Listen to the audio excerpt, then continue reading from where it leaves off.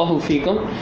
کیا یہ سوچ درست ہے کہ کائنات کی تخلیق اور قدرتی مناظر اور مختلف چیزیں دیکھ کر جو اللہ سبحانہ و تعالیٰ نے بنائی ہیں اللہ سبحانہ و تعالیٰ کی یاد آتی ہے، اور اسی طرح اللہ سبحانہ و تعالیٰ ہر جگہ ہر شے میں دکھائی دیتا ہے، استغفر اللہ، اور اللہ سبحانہ و تعالیٰ اس دنیا میں موجود ہے، اللہ سبحانہ و تعالیٰ نے انسان کو سوچنے کی صلاحیت عطا کی ہے، تو کیا اس صلاحیت کا اس طرح استعمال اور یہ سوچ درست ہے یعنی ہر چیز میں اللہ نظر آتا ہے؟ اور نہیں، یہ جملے بڑے غلط استعمال کیے ہیں،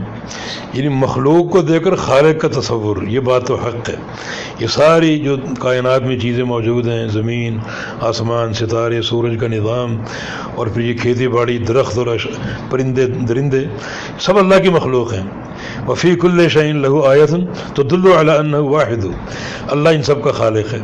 تو ان ساری مخلوقات کو دیکھ کر اللہ تعالیٰ کو یاد کرنا، اس کا خالق ہونا، مزید اس یقین میں اضافہ کرنا، یہ تو ایک ایمان کا حصہ ہے۔ لیکن یہ کہنا کہ ہر چیز میں اللہ نظر آتا ہے، یہ وہ صوفیاء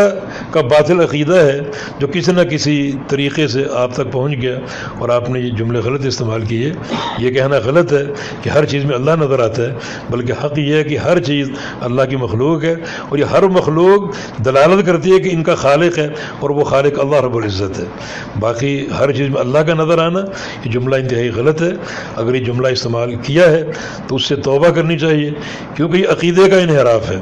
مخلوق سے خالق کا تصور اور مخلوق کو دیکھ کر خالق کو یاد کرنا، یہ امر حق ہے، لیکن مخلوق میں خالق کو دیکھنا اور خالق کا نظر آنا، یہ صوفیاء کا وہ عقیدہ ہے جو انتہائی باطل اور فاسد ہے۔ شکراً، بارک اللہ فیکم۔